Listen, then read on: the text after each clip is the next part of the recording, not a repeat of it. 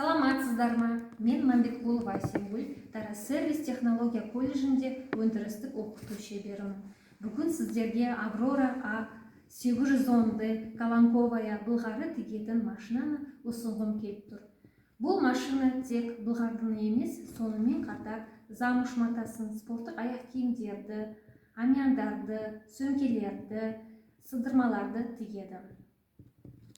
Каланковая машинаның сабақталу жолы Жак F4 машинасына кішкене сәйкес келеді.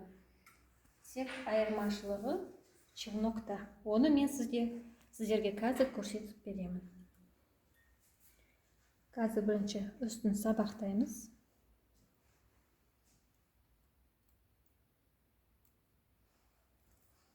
Тарелкаға кіргіземіз.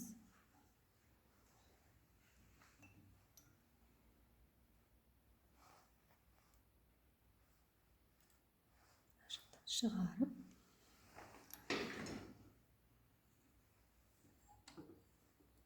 міндетті түрде барлық сабақталу жолын сақтап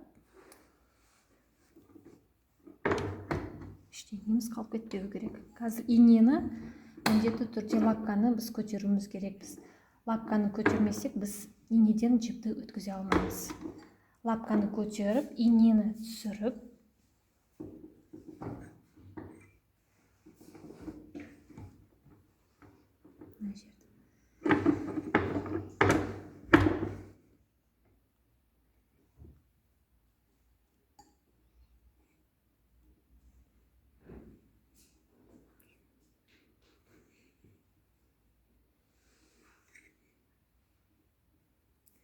жіп армированы болғаннан кейін кішкене қалыңдау, тесіктен өте қиын кіруі. Ал енді челнокты қалай сабақтау керек екендігін көрсетіп тұр.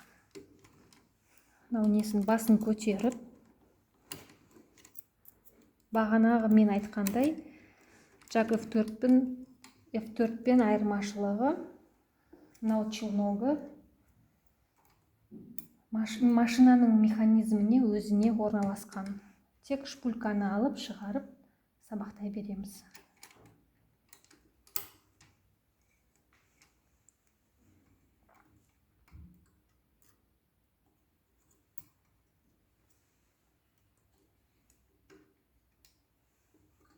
Крышкасын жабамыз.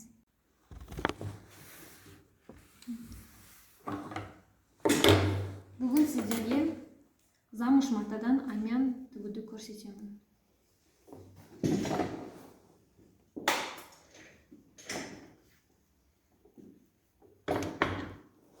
Лапканы аяқпен көтеріп тұрып,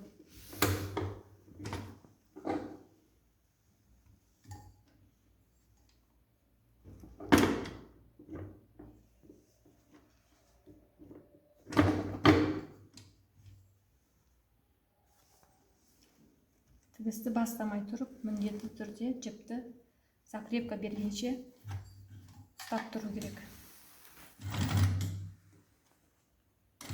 Содан кейін ғана жібереміз.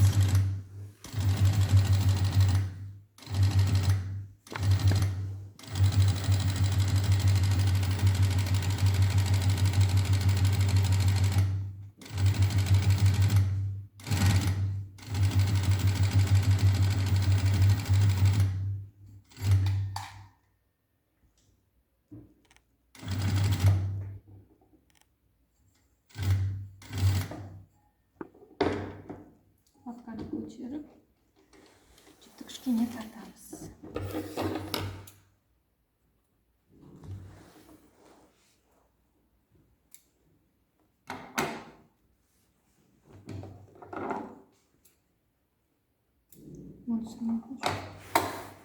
Аврора 800 Каланковая былғары тігетін машинада тігілген амянымыз замыш матадан дайын. Назарларыңызға көп рахмет.